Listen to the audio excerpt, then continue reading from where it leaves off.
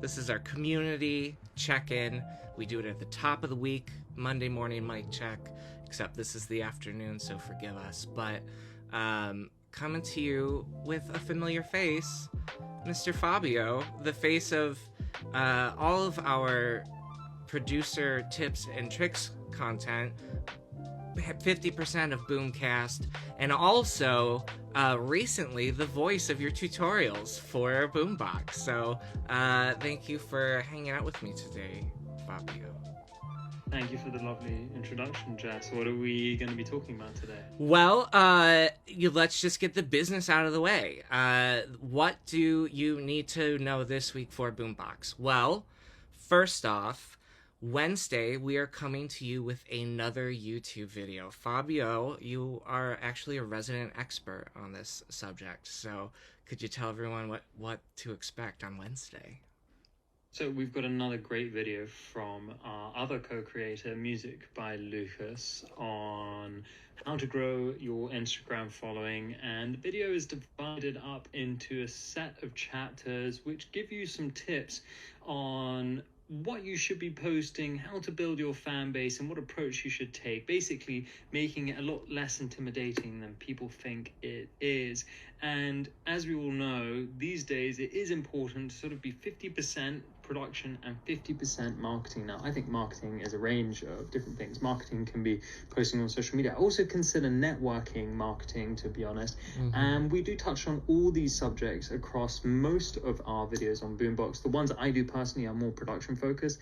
The ones Lucas and I do are definitely networking, collaboration focused. And the videos that Lucas do are very marketing and social media focused. So what we're trying to do here at Boombox is cover all angles and, also sprinkle a little bit of fun over the top, because ultimately we don't want to bore you to death with the details. Mm-hmm. We do also want to show you that the whole reason we're in the music industry is to have a good time. Mm-hmm.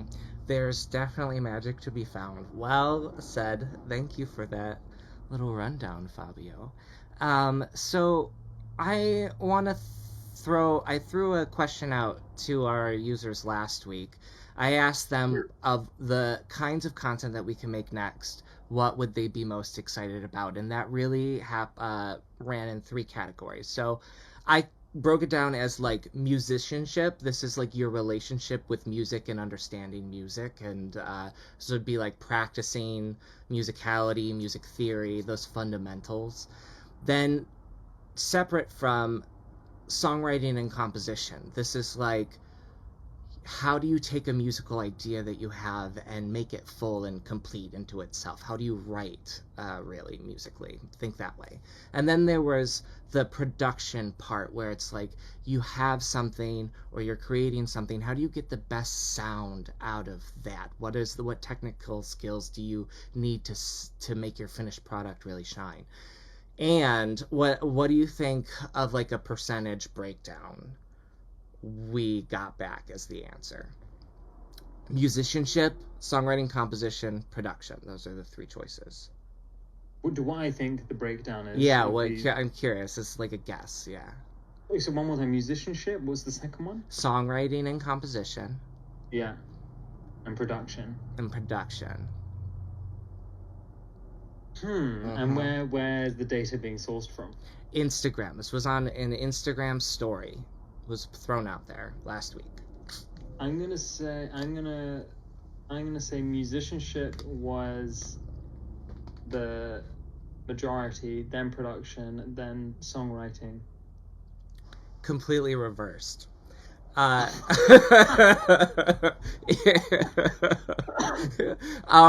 like impressively so. There it was surprising to me, but it was songwriting, composition, then production, then theory. And there was an other, and I reached out, one person said other, and I asked them what they wanted, and they wanted the marketing, entrepreneurial stuff, the music marketing stuff. But 50% said songwriting and composition, and I thought that was really interesting, because what do we talk about internally all the time is like, who is Boombox really for right now? What are our features like really geared towards helping? it's producers, right? We have a lot of producers in our community. So I thought production tips and tricks. But doesn't it make sense that that is something that producers would be curious about? Is like filling out that part of their skill set. Oh, definitely. I think the two go hand in hand. Usually, singers and songwriters are particularly good at singing and songwriting, and sometimes lack technical skill to be able to put their ideas down electronically. And producers very much rely on singer-songwriters because although they are in the same world, the same sphere, they're two very different skills. I came from a singer-songwriter background. I was always interested in being a producer, and now I am a producer and a mixing engineer. I still do quite enjoy writing songs, although I will say that the only songs I write now are usually parodies that I write for fun, taking the mick out of. I did some with a friend of mine who's an amazing memologist. I guess that's what you call it. Yeah, I'll take it. Yeah, add that to the bunch. We did this song about the Tinder Swindler by the Tinder Swindler, to Drop It Like It's Hot by Snoop Dogg, and then we also did the response from the two Scandinavian girls to one of the ABBA records. I forget which one now. And then who are the Scandinavian girls? Is it Tegan and Sarah? Is that not? No, they were called. I can't remember. Yeah. Never mind. Anyway, Yeah. Moving on. And then we recently did one as well on. I don't know if anyone watched the World Cup. It was Argentina versus France in the final, and Salt Bay was allowed onto the pitch. He's not Argentina, whatever, and then there was a big thing about this on the internet. Everyone was pretty unhappy with that. So we did an origin story song about Salt Bay and how we ended up sharing the World Cup trophy on pitch with the Argentinian team. So that's beautiful. That's a beautiful use of it. So you know what you're making me think of? It's like how humor can be a real device to lower your guard creatively. There's an old songwriting hack, like in the writer's room. If you're having trouble or like to break the ice, you either try to write a real funny like the worst song you could write. What's the worst song in the world you could write right now?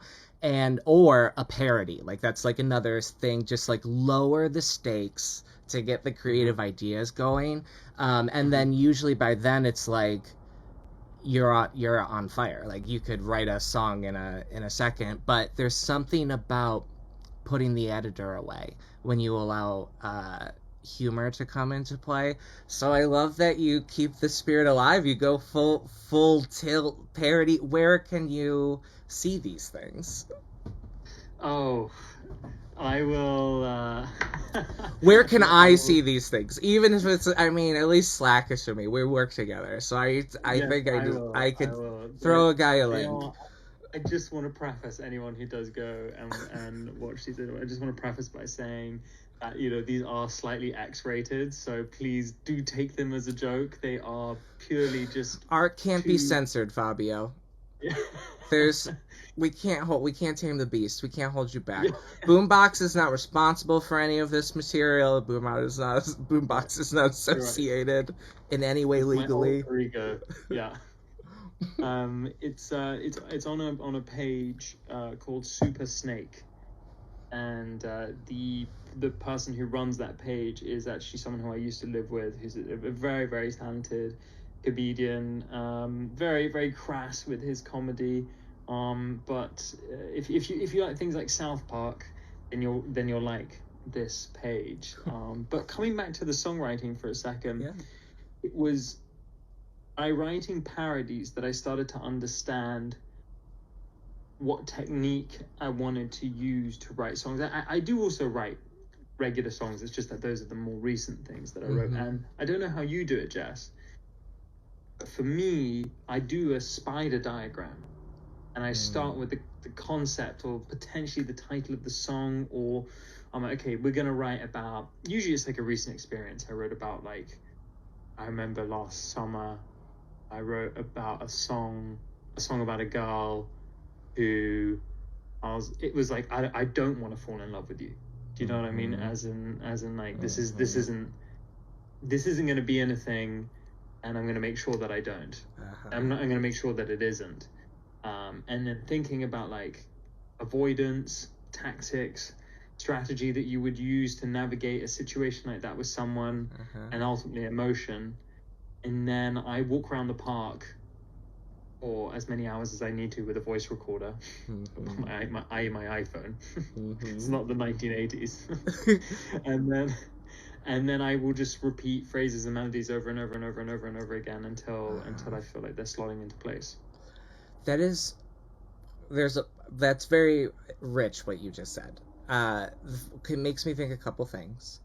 The use of giving your monkey brain something to do, like the walking, the other activity that allows for you kind of to flow and free associate a little bit, to make connections, where that's when things kind of jostle into place. But I think the pre-work that you do is pretty awesome too, because in a sense, like, you're pulling from something internal. Like, there's like a kind of feeling, a meta, like it defies, it's the thing behind words, and you've located it somehow for yourself. And that thing, I say located because it's in relationship to a kind of recipe, a mind map that exists kind of inside of you emotionally. And if you can be clear about the pieces in the recipe, kind of the dynamics at play, you can be very clear with yourself what that indefiable, like art is form to the formless, what that formless thing is. And then you can mull it around, give your monkey brain something to do, so you can free associate. And then this was the third thing, the power of repetition. There's a lot of, especially when you're top lining, there's a lot of just kind of like Dadaism, chewing on sounds, like very there are lyrical styles where, like, that's the way they actually, like, believe the most organic way to find a lyric is just like kind of pulling it out of these free associations. It's a really beautiful way of doing it. Very, is it right-brained? Yeah, very abstract. I was gonna say whimsical. Same thing though, right? Yeah. Yeah. For sure. Very cool. Well, more to come with Fabio Songwriter. I just thank you for sharing. That was beautiful. I want to know about your songwriting technique, Jess. Do we have time for all of this? You know, it's very similar. I've found the power of mind mapping. So, like, there's the power of just getting started. I recently, like, am reaching a point of unity within myself, where I used to think that I was like, there was poet Jess, and then there was like musician Jess, and then there was like this other kind of like social media, like marketing Jess. And it's hard to spin all of those plates when you think that every piece of you needs its own brand. And it's so funny how blind you can be to yourself sometimes, because, like, I have this Instagram where it's just like it's so easy for me to write that for some reason. And then I had this other kind of idea of what lyrics were musically. And recently, after all this mind mapping, it was like staring me right in the face that it's like, oh, the poetry is lyrics, like you sing poetry.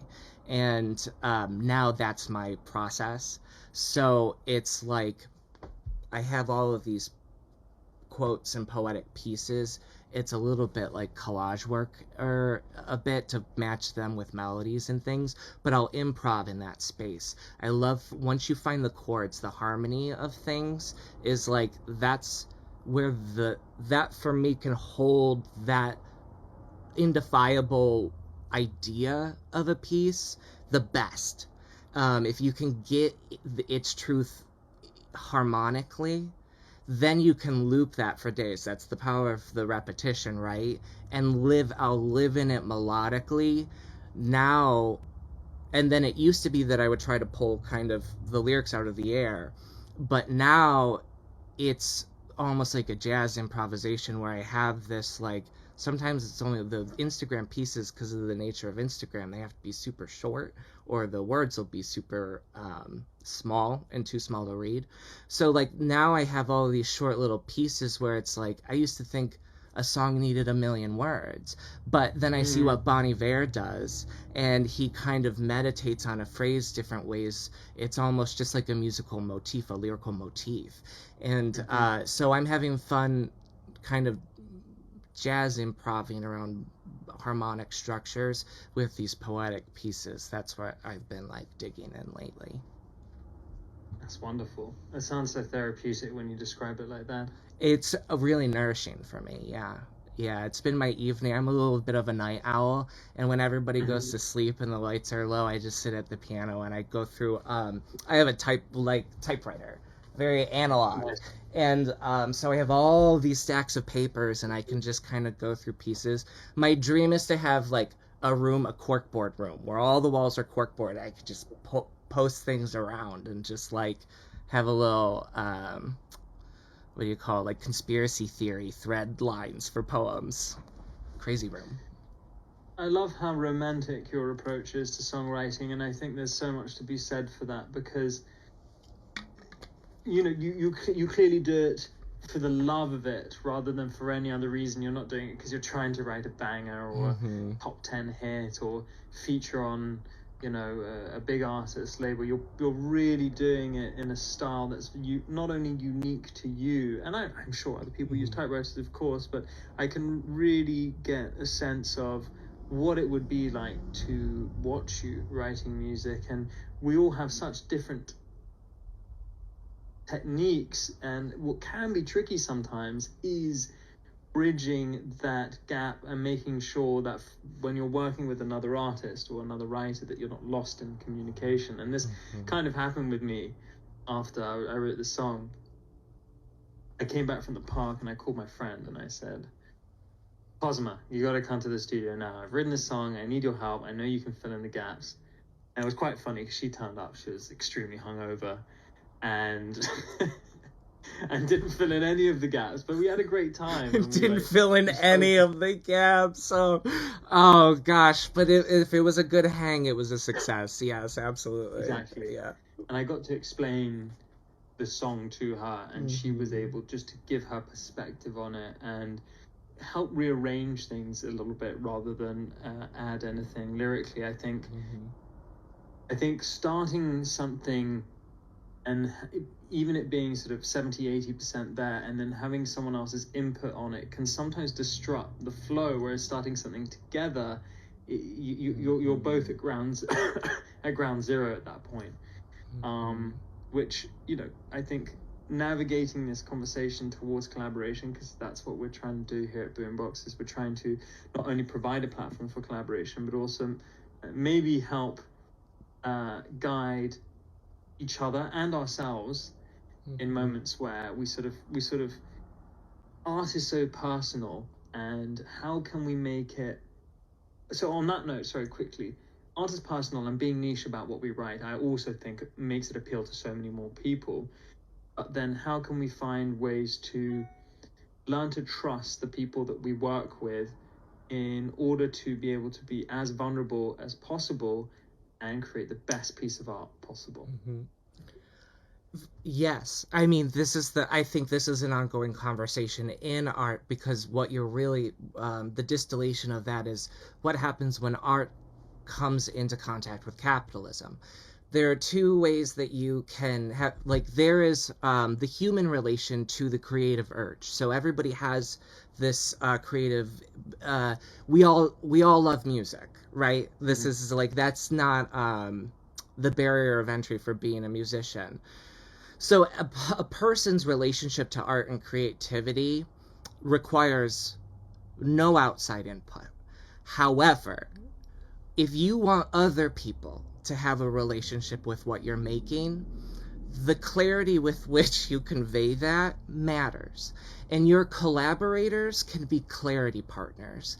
And if what you're doing really wisely is that that id idea, that impetus for the song, that beginning primordial song, bringing your collaborator in on that, and if you can both take the time and the metaphors and the feels and the reference tracks to get on the same page of what destination you're trying to go to, then you've built yourself a partner. Speaking about relationships, someone you can trust to go, does that clearly get us where we need to go?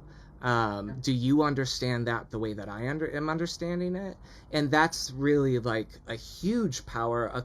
Collaborators can help you make things that other people have a relationship with. Mm-hmm. And help give it, as you said, quite usefully, a better definition. Mm-hmm. So that I think otherwise we do get a little caught up in, of course we understand what it means, what we're trying to say. Mm-hmm. And our experience will always feel niche, but having someone who can help remove any ambiguity from the way the message is presented.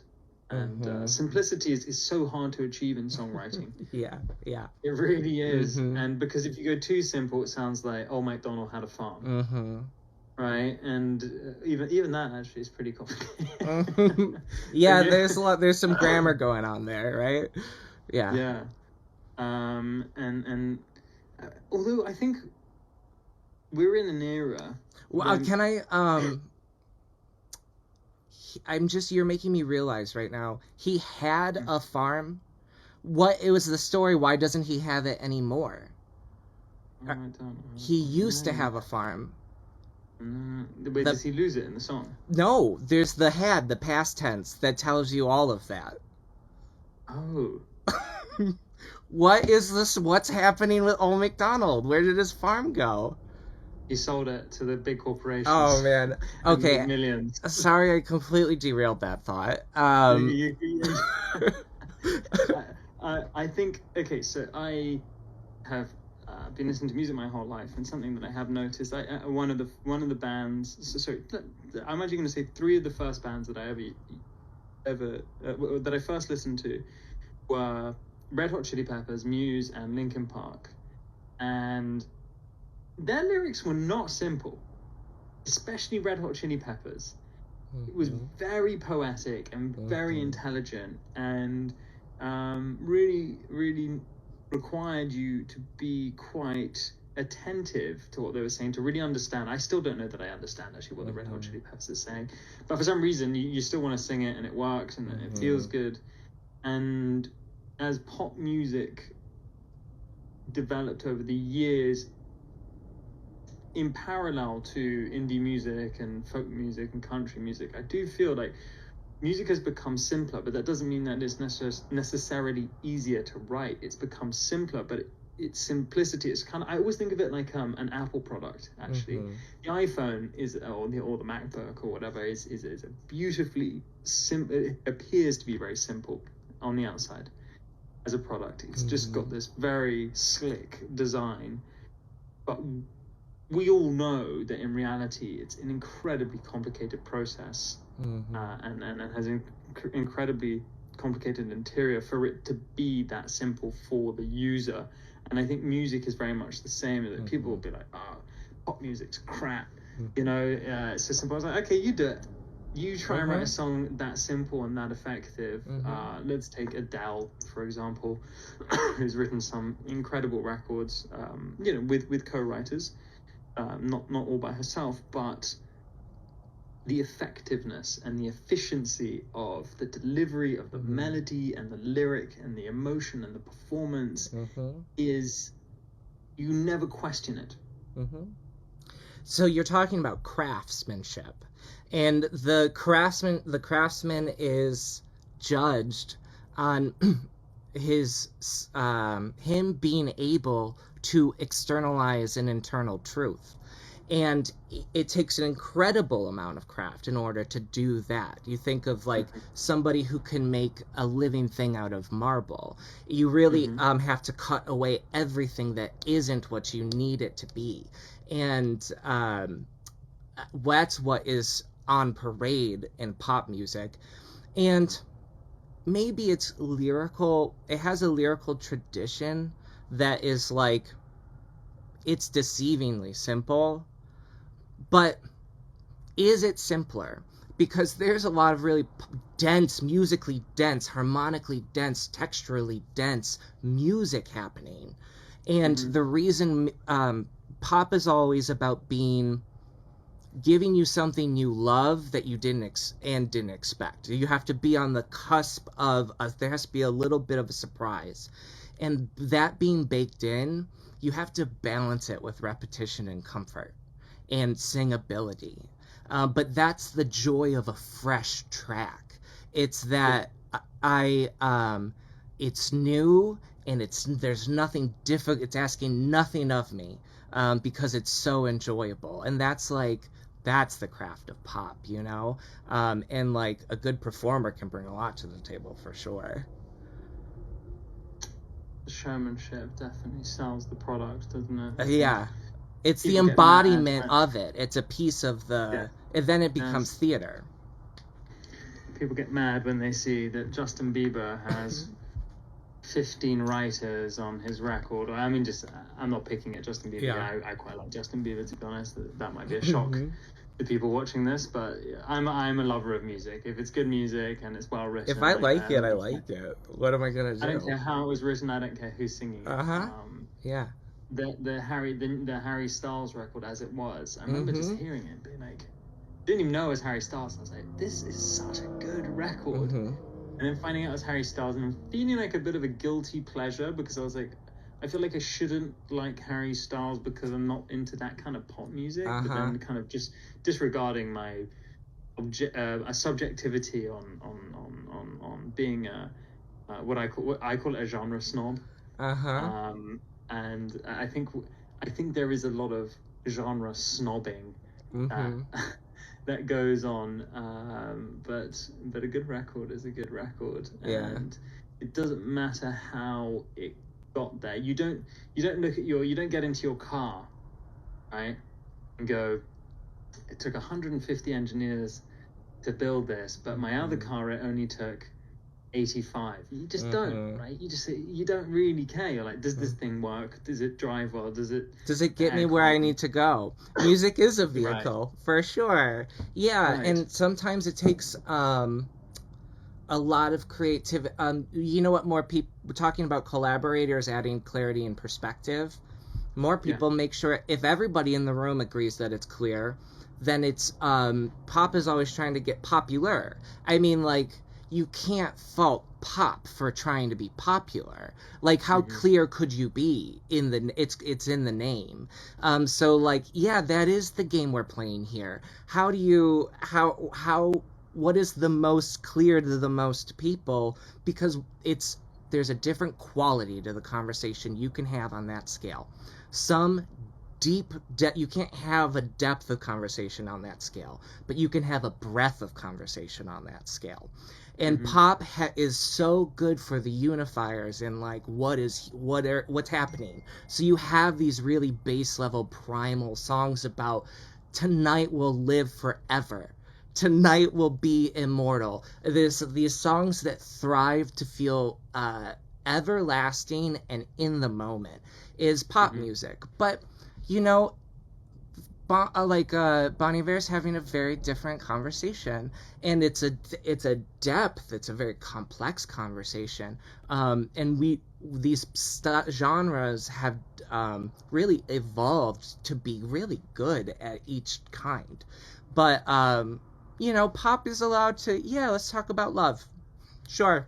I mean, don't we all want to do that, So, like, I think pop gets a bad rap. I'll fight for pop a little bit, even though I'm, like, a music theater nerd. Me too. I think we become overly opinionated when it's about art rather than engineering. Although I still think engineering is a form of art, but it's someone had to be creative at some point to come up with these ideas. So everything we see is an art form, and just because there's some people use a little more data and some people don't, if we think, I imagine Bon Iver uses very little data, just uses his heart and soul to write those records, whereas everything that's coming from Max Martin's camp, i.e. all the pop records that Rihanna and Katy Perry and Maroon 5 are performing, are formulaic and are engineered. We're talking about Bon Iver's this Ferrari from the 1960s, which is all hand built, and every single Ferrari is different. And the modern pop songs are the Tesla straight off the factory line. I don't think one is necessarily better than the other. They're just different. Yeah, it's how could something so fundamental to the human experience have one purpose? I think there's I think we use music as a way to interface with all parts of life. And there are some things that are just for us, and there are some kinds of conversations had over here this way, and some this way, to vary. You're talking about, like, aesthetics, really. What can you convey in aesthetics? And, like, there's so many things to convey that way, and they all require different approaches. And, like, that's the beauty of, I think that's the magic of it for us, right? Like, that's the joy. This is an endless. I don't think we'll ever get sick of music. How could you? I mean, it's the perpetual soundtrack of life. 12 notes, man, and I'm not sick of them. and yeah, it's just getting better and better. And I love that the underground scene in music, especially in dance music, is no longer underground. It's everything feels in its own respective way. Almost every genre feels mainstream now because of the internet, and you can really find your tribe and quickly access live shows, Spotify playlists, TikTok videos, communities that associate themselves around a genre. And I think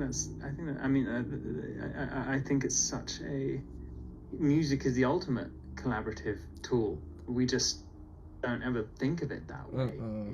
But it does. It brings us all together.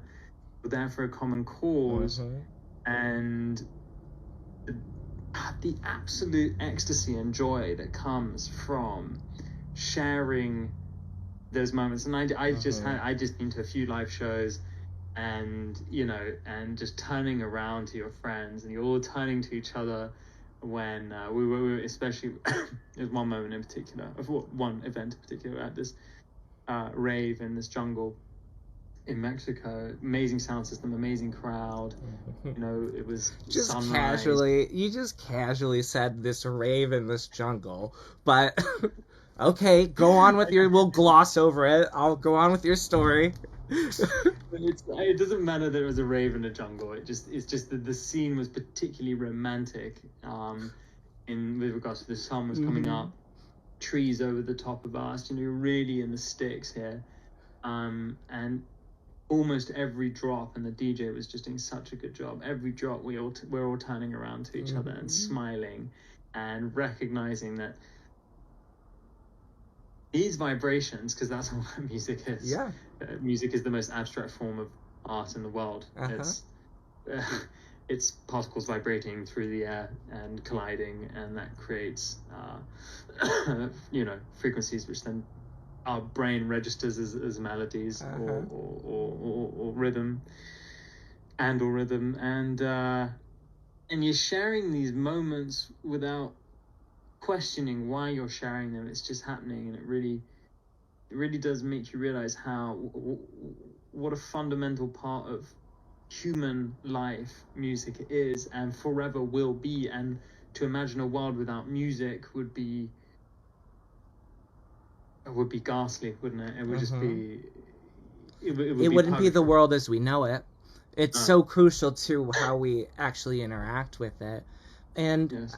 As you're talking, I'm just, the phrase like shared experiences keeps coming up in my head, because like that's really what music is at the end of it all. That's what it gives us, is like that communication of being here in the moment and connected, right? That's something as we deal with ego and we deal with like identity, and we're always, especially like Western society, always thinking about who am I as differentiated from community or culture or society. But there's a real fundamental need. The self-esteem goes up when it correlates with people feeling connected to their community and their social structure.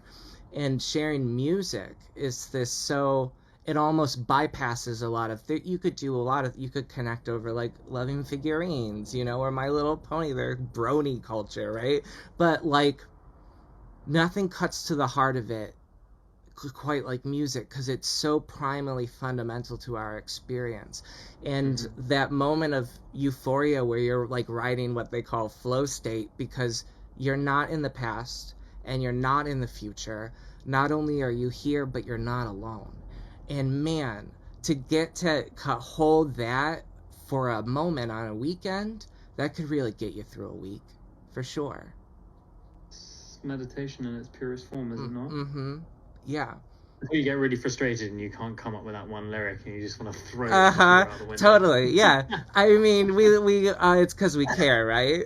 You're like, yeah. I'm not angry, I'm just disappointed. I stopped thinking of songs as children, and I try to think of them as like I'm their coach. Like I'm trying to get them as ready as they can be before they go out there, in the world. Because it's like you can't coddle a song either. You gotta be kind of ruthless with it, and as far as like getting it, especially in the final stages. But I feel like that's a good place to wrap. I did not expect to go on this journey, but I feel like more to come, because I have so many more questions for you, Fabio.